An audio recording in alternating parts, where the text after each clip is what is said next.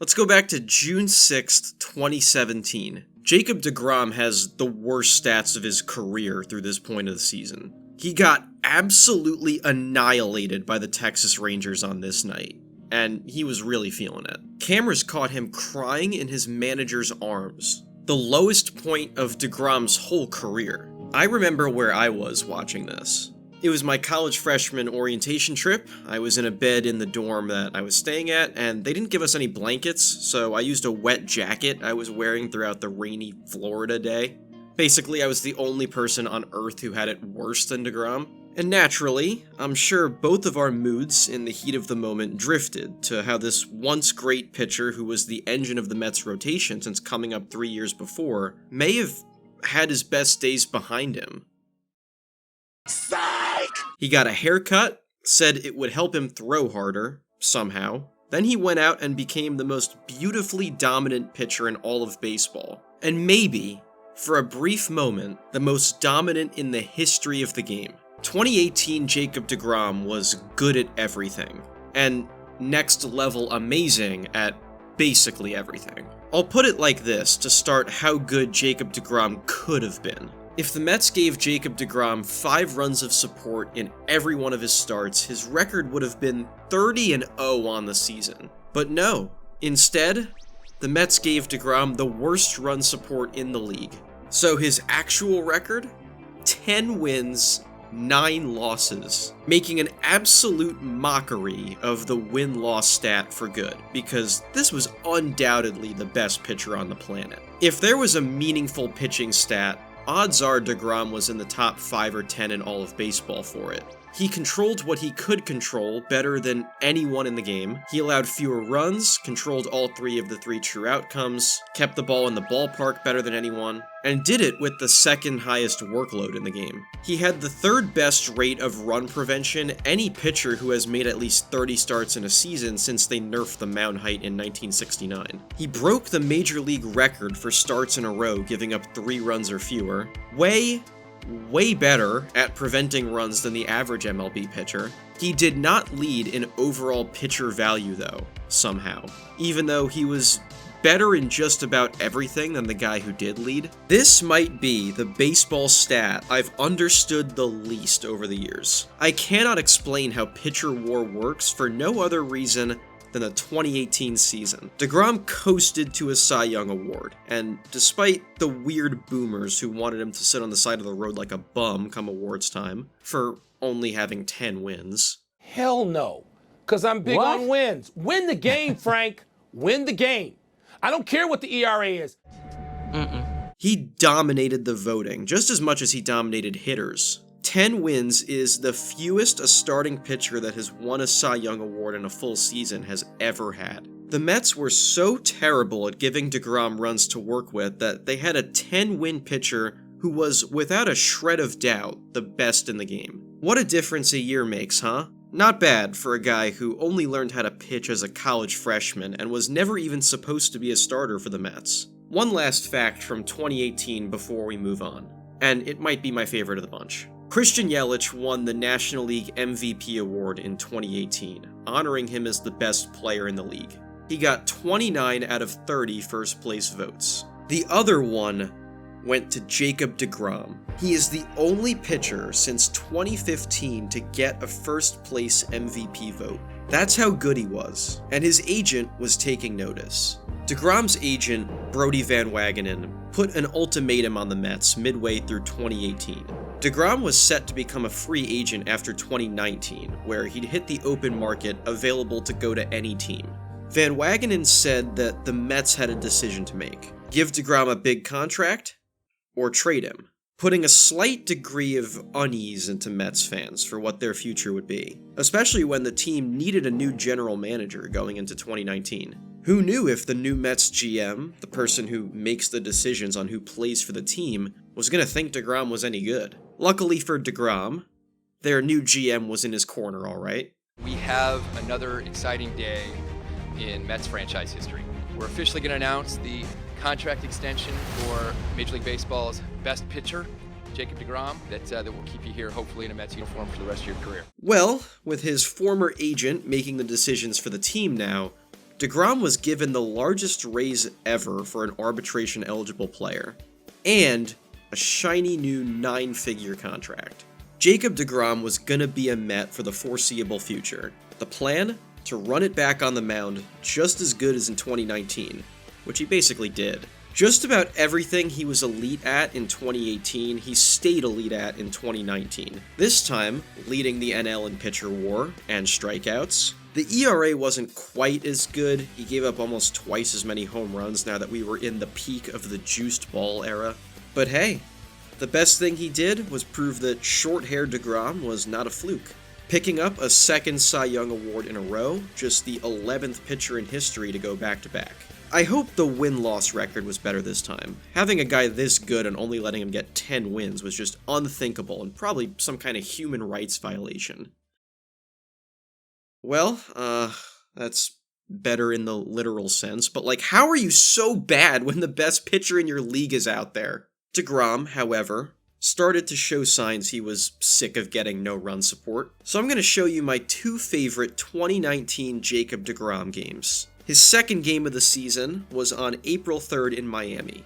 Jake goes 7 innings, allowing no runs, striking out 14 and only walking 1, just 3 hits allowed all day. Game score is a stat that tries to rate a pitching performance for a single game. You start at 50, then take points to and from that number based on each thing a pitcher does during the game. deGrom's on this night was 84, his best of the season.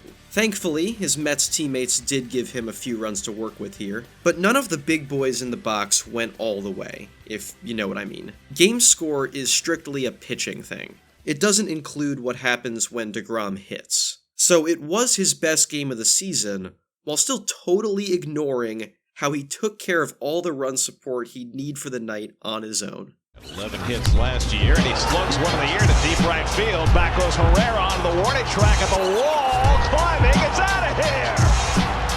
Jacob deGrom goes deep. Now I'd like to take you to August 23rd, 2019. Yes, we really thought these uniforms were a good idea. deGrom is pitching great against the Braves at Citi Field. His final line on the day is 7 innings, 1 run, 4 hits, 13 strikeouts, 1 walk. The 1 run came in the 6th inning on a single to center field. The Mets have given deGrom nothing at all to this point. A Luis Guillorme double is their only hit through 5 innings. deGrom again realizes he's totally on his own here, and that's no problem for him.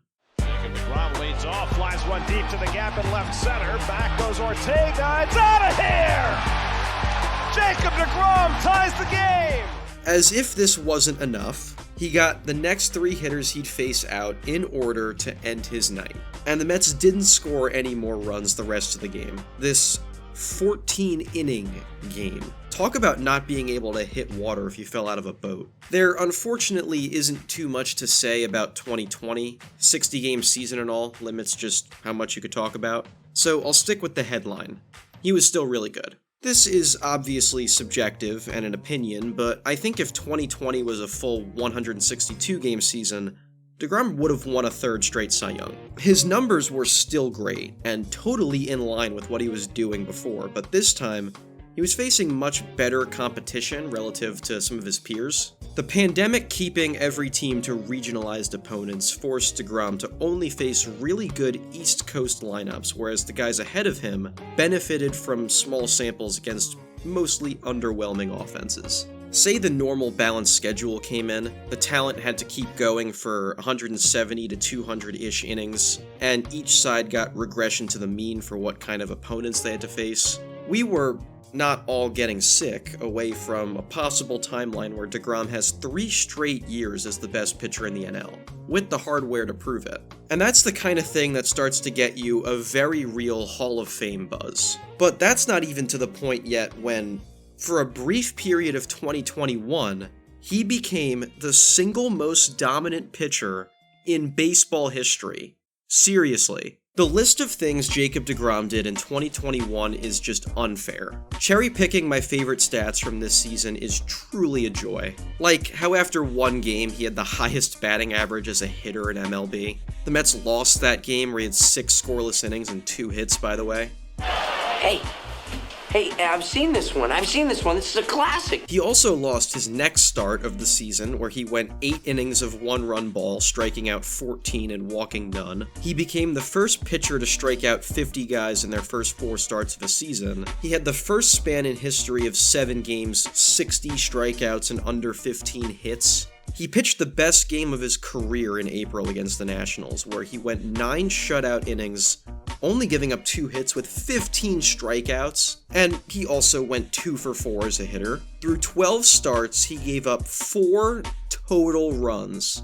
He drove in 6 with his bat in the same time frame. 12 starts into the season, his ERA was .5. We thought the 1.7 was good. Look at this. This is absolutely alien. No one does this. Actually, no one. He was on track to have the greatest starting pitching season ever, based on how well he prevented offense from the other team in the modern history of Major League Baseball. It was easily the lowest ERA through that much volume in a season in the live ball era, which is since 1920. He was giving up maybe 1 base runner every 2 innings, and 1 run every 2 full games worth of innings. You were not touching him. I have never seen a pitcher this dominant in my life, and it looked so effortless. His mechanics were so calm and smooth, and then boom, 102 at the hands. He wasn't giving up hits or walks, and he was striking out hitters at a rate starters never approach. His final strikeout to walk ratio on the season was over 13. All this helped him set the record for best strikeout to walk rate for a career in MLB history so far, among qualified pitchers. He dominated hitters in a way that you'd think he was packing some unfair heat in his arsenal, and he literally was. Somehow, some way, since saying cutting his hair was going to make him throw harder, he proceeded to throw harder every year since doing it. Even his non-fastball pitches were just as hard, if not harder, than other guys' fastballs. Have you ever played the old baseball video game The Bigs? You could unlock this, big heat mode for pitcher, where it was essentially impossible to make contact with any of their pitches for 1 at-bat. deGrom basically did that for whole games. The stuff here is literally off the charts. He's the best at nearly every StatCast metric. He's the best at Stuff Plus, even more so than relievers, which just looks at the pitches themselves and not the outcome for him. You know, the guy who made the stat told me that. I'm 5'7", by the way. He was basically if you took one of those unhittable relievers who just max out for 1 inning at a time and you roped him off for a starter workload. And it led to truly unprecedented dominance. Cy Young wasn't just a lock for him at this point, he was pushing becoming the first Met to ever win an MVP award. He already had 2 Cy Young awards in this stretch, and right now, he's so much better than his old self even was as the best pitcher in baseball just a couple years ago. But then, the magic carpet ride ended.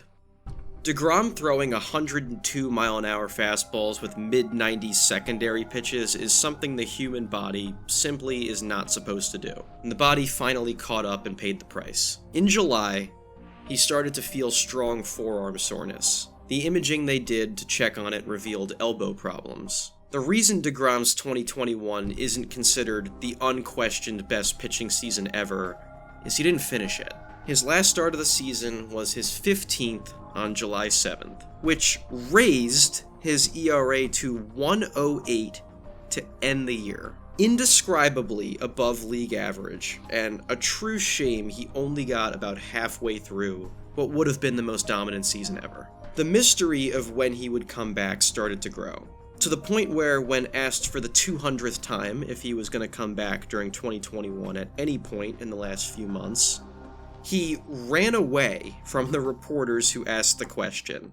Like, okay man, it's not that serious. Are we 6 years old? He hurt himself again in 2022 spring training, as he was continuing to pay the toll for just how impossible his performance was for the human body. Missing more than half of 2022, he did make his way back on the mound for the Mets for the first time in over a year on August 2nd. 5 one-run innings in Washington, D.C. got him started before making his first start back at Citi Field for the Mets 5 days later against the Braves. And boy, were they happy to see him.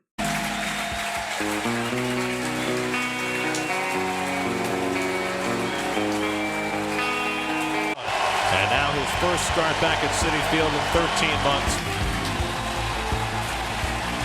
And he's got his first of this game at 102. 2-2. Struck! Struck him! 5 straight fastballs by deGrom. And Contreras strikes out the slider. 1-2 coming. Back foot slider. Did he go? He went around. Strike 3. Manny Gonzalez makes the call. Struck him. 2-2 to Swanson. Struck him. And there's the record.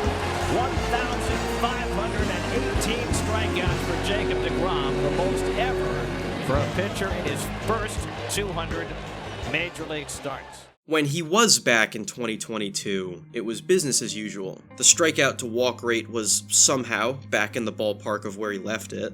He broke the MLB record for most starts in a row with 3 or fewer runs allowed. And even if the final numbers look just really good, instead of impossible, it should show how high of a bar he set, that just being a really unhittable strike thrower felt the smallest bit underwhelming. And those numbers were inflated by his first struggle since 2017, as 3 mediocre starts to end the season knocked the Mets out of division title contention. The last start of his 2022 regular season was in Atlanta, and childhood Braves fan Jacob deGrom wasn't able to win the Mets the division on his back the way you figured he could have. I don't want to waste any more breath on this game though. I already repented for the Mets' sins in this video, and Mets fans do not like to be victimized in Atlanta any more than they have to. But don't worry. Come playoff time, the Mets knew they could count on Jake the same way they always could. 2-2 to Juan Soto. Late on it, 102, he's gone. Struck Machado out in the first inning. Got him again. Big strikeout for deGrom. Machado. 2-2 ball game. Swing and a miss, his 3rd strikeout of the night. And a big one from deGrom. Swung out and missed strike 3. Got him with a fastball, side retired. Bounced into a fielder's choice. The 0-1 grounded wide of third. Escobar up with it. Throws to first in time. Side retired. deGrom pumps his fist.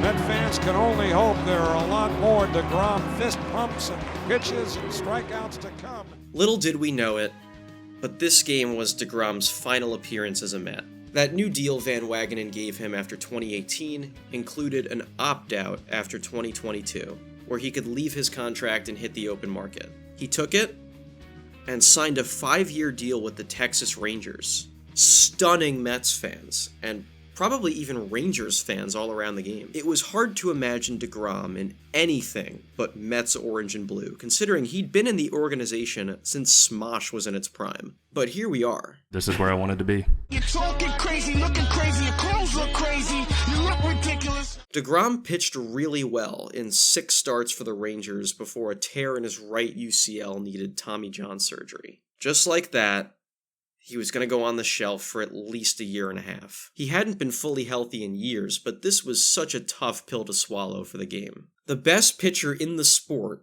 was going to fade out into the background for the foreseeable future, and it devastated him. Yeah. You know, anytime you get told you're not going to be able to be out there for a little while, it's tough, so. But, oh man. You know, I went through this before and, you know what it takes to get back. So that's the goal. Go out there, you know, rehab as the best I can. And hey, who am I kidding? It worked out for him that fall. As a Met fan, we do not acknowledge this. The light at the end of the tunnel is here, though. For months, the belief has been out there that deGrom can and will return to a mound for the Rangers in 2024.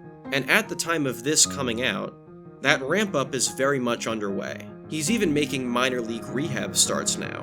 Baseball is better when deGrom can dominate, so I very much want to see him do it again sooner rather than later. But there is one harsh reality that prompted this video in the first place. There is a very real unknown for what comes next for deGrom. He's 36 now, and coming off of major reconstructive elbow surgery. Even if the first pitch of his first recorded bullpen facing hitters was 99 miles an hour, it is very logical to assume that his best days could be behind him.